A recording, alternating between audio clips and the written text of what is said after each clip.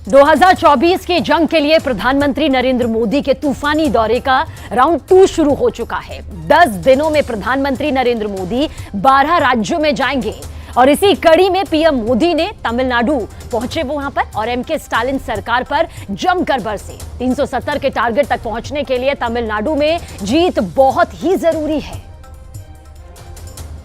गाली देने का उनको शौक लग गया है। भाइयों बहनों, मैंने घर छोड़ा है, खुद के लिए नहीं, मौज मस्ती के लिए नहीं, मेरे देश के लिए।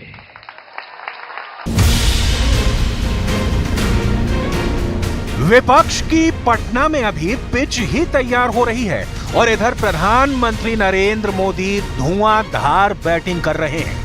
तूफानी दौरों का दौर जारी है। उत्तर से दक्षिण तक, पूरब से पश्चिम तक प्रधानमंत्री नरेंद्र मोदी के दौरे का दूसरा राउंड शुरू हो गया है। हिंदुस्तान के मैप पर समझिए कि सिर्फ 10 दिनों में प्रधानमंत्री नरेंद्र मोदी कैसे 12 राज्यों की यात्रा करेंगे। 4 मार्च तेलंगाना आदिलाबाद में 56,000 करोड़ रुपए की विकास परियोजनाओं का उद्घाटन और परियोजनाओं का शिलान्यास।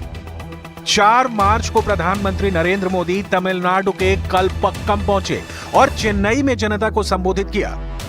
3-4 दिनों से पूरी दुनिया में भारत की तेज विकास दर, इसकी चर्चा हो रही है।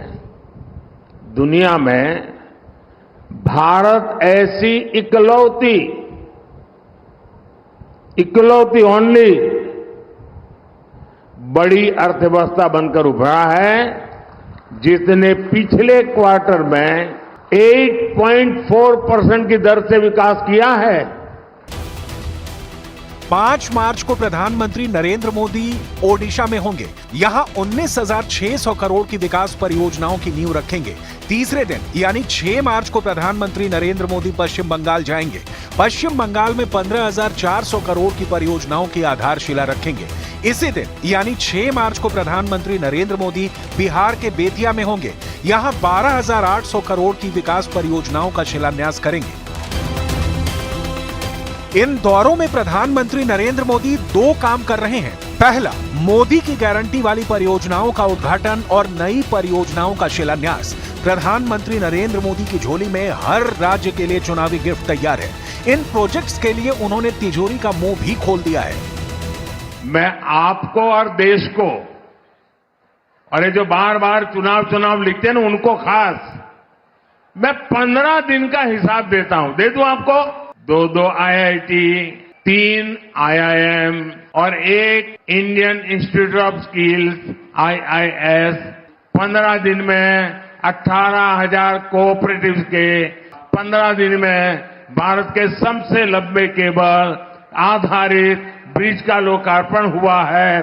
15 दिन में रेलवे से जुड़ी 2000 से अधिक परियोजनाओं का शिलान्यास और लोकार्पण हुआ। तेलंगाना में पीएम मोदी ने 62,000 करोड़ रुपए से अधिक की परियोजनाओं का शुभारंभ किया। पिछले महीने असम में 11,600 करोड़ की परियोजनाओं की आधारशिला रखी। गुजरात में 48,000 करोड़ रुपए से अधिक की विकास परियोजनाओं का उद्घाटन किया। झारखंड में 35,700 करोड़ और पश्चिम बंगाल में 7200 करोड़ के प्रोजेक्ट का भी पीएम मोदी शुभारंभ कर चुके हैं। तमिलनाडु को 17,300 करोड़ के प्रोजेक्ट की सौगात दी। बिहार में 48,000 करोड़ रुपए की परियोजनाओं का उद्घाटन कर चुके हैं। चुनाव आचार संहिता के लागू होने के बाद विकास परियोजनाओं के उद्घाटन या शिलान्यास पर रोक लग जाएगी।